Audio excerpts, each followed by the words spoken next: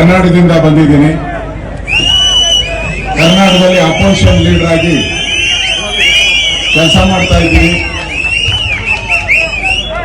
2028ಕ್ಕೆ ಕರ್ನಾಟಕದಲ್ಲಿ ಬಿಜೆಪಿ ಸರ್ಕಾರ ಬಂದೇ ಬರುತ್ತೆ.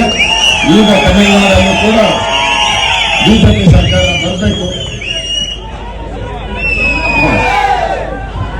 ವೇದಿಕೆ ಮೇಲೆ ನಮ್ಮ ರಾಷ್ಟ್ರೀಯ ಅಧ್ಯಕ್ಷರಾಗಿರ್ತಕ್ಕಂಥ, ಕೆಲಸ ಮಾಡಿದಂತ, ಈಗ ಆರೋಗ್ಯ ಸಚಿವರಾಗಿರ್ತಕ್ಕಂಥ, ನಮ್ಮೆಲ್ಲರಿಗೂ ಬಹಳ ಆತ್ಮೀಯರಾಗಿ ನಮ್ಮೆಲ್ಲರಿಗೂ ಬೆಂಬಲ ಆಗಿರ್ತಕ್ಕಂಥ JP ನಡ್ಡಾಜಿ ಅವರು ಬಂದಿದ್ದಾರೆ.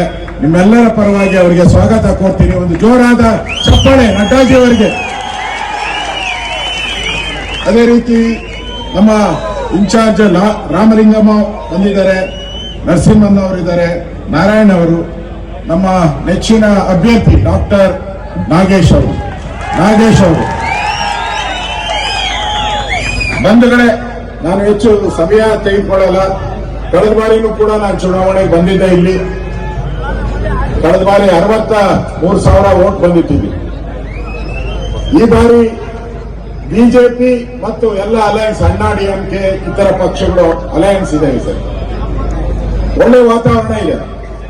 ಪಕ್ಕದ ಕರ್ನಾಟಕದ ಬಾರ್ಡರ್ ಇದೆಲ್ಲ, ಹೊಸೂರು ಮತ್ತು ತಳಿ.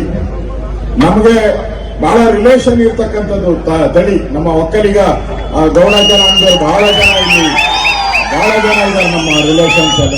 ಈ ಭಾಗದಲ್ಲಿ ನಾವು ಬಿಜೆಪಿಯ ಕ್ಯಾಂಡಿಡೇಟ್ ಅನ್ನ ಗೆಲ್ಲಿಸಿದ್ರೆ ಕರ್ನಾಟಕಕ್ಕೂ ಎಫೆಕ್ಟ್ ಆಗುತ್ತೆ. ಇದು ಮುಂದೆ 28ಕ್ಕೆ ಕರ್ನಾಟಕದಲ್ಲೂ ಕೂಡ ಬಿಜೆಪಿ ಸರ್ಕಾರ ಬರುವಂತಕ್ಕೆ ಅವಕಾಶ ಆಗುತ್ತೆ.